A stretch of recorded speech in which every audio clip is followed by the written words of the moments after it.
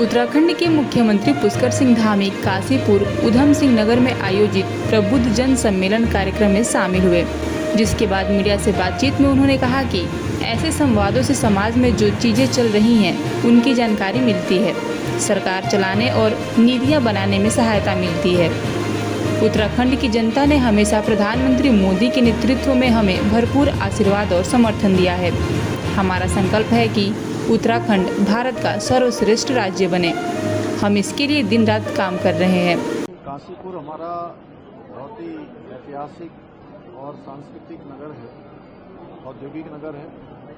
और एक तरह से जब हम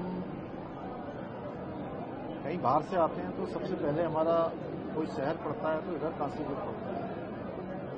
और मेरा काशीपुर से बहुत बचपन से बड़ा संबंध रहा है और यहाँ से एक अच्छी शुरुआत आज हुई है। प्रबुद्धजनों से संवाद हुआ है, सभी के विचार जाने हैं और सभी वर्गों के लोग उसमें डॉक्टर, इंजीनियर, उद्योग जगत, व्यापारी जगत, समाज के क्षेत्र में काम करने वाले, मीडिया जगत के लोग, समाज के प्रतिनिधिगण, जनप्रतिनिधिगण, व्यापारीगण, सभी ने अपनी अपनी बातें रखी हैं। और ये संवाद इसलिए भी बहुत प्रासंगिक है कि ऐसे संवादों से समाज के अंदर जो चीजें चल रही होती हैं उनकी जानकारी मिलती है।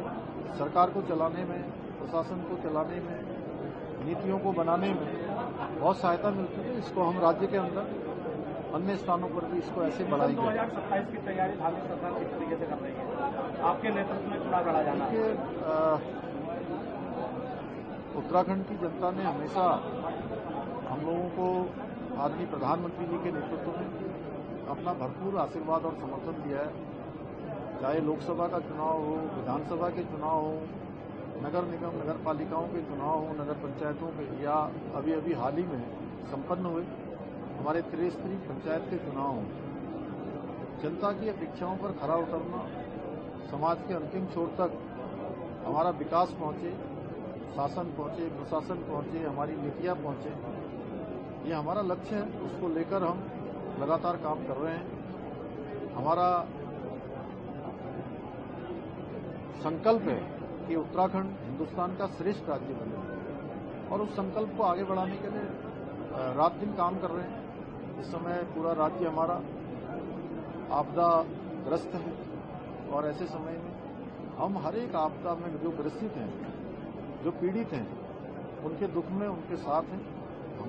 हमारा पूरा प्रयास है कि उनका जनजीवन पहले की तरह हो, व्यवस्थित हो, सामान्य स्थिति में आए। हर प्रकार की मदद, हर प्रकार की सहायता, जो हमारे बेघर हो गए लोग हैं, जिन्होंने अपने परिजनों को खोया है, उनको हर संभव सहायता का हमने संकल्प लिया है। हम उसको आगे बढ़ा रहे हैं। ग्राउंड जीरो पर हमारी पूरी सरकार ग्राउंड जीरो पर उतर रही है और सभी अधिकारी, सभी प्रशासन के लोग, हमने उनको भी सभी को कहा है कि ग्राउंड जीरो पर जाकर सबकी मदद करनी है।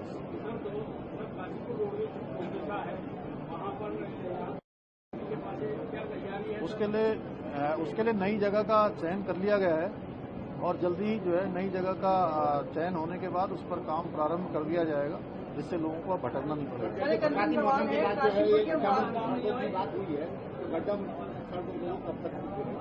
नहीं, ये हमारी बहुत प्राथमिकता रहेगी, क्योंकि मैंने आज भी प्रातःकाल जो है बैठक करके सभी अधिकारियों को, सभी जिलों के जिलाधिकारियों को और विशेषकर से हमारा जो पीडब्ल्यूडी डिपार्टमेंट है उनको कहा है कि 15 तारीख तक सभी औपचारिकताएं पूरी कर लें और जैसे ही मानसून थमता है उसके तत्काल बाद गड्ढा मुक्त की कार्रवाई शुरू की जाएगी। देश में आपदा के दौरान आंकड़े जारी नहीं किए, लगातार विपक्ष का आरोप है, आपका क्या कहना है? देखिए, सबसे बड़ा सदन होता है हमारा विधानसभा, जहां पर एक एक आंकड़े दिए जाते हैं। आप सबको पता है कि मानसून के सत्र में हमने गैरसैंण, भराड़ीसैंण में ये सत्र आहूत किया था। विपक्ष वहां आंकड़े सुनना ही नहीं चाहता था। विपक्ष तो उधम मचाना चाहता था, विपक्ष तो वहां तोड़फोड़ करना चाहता था।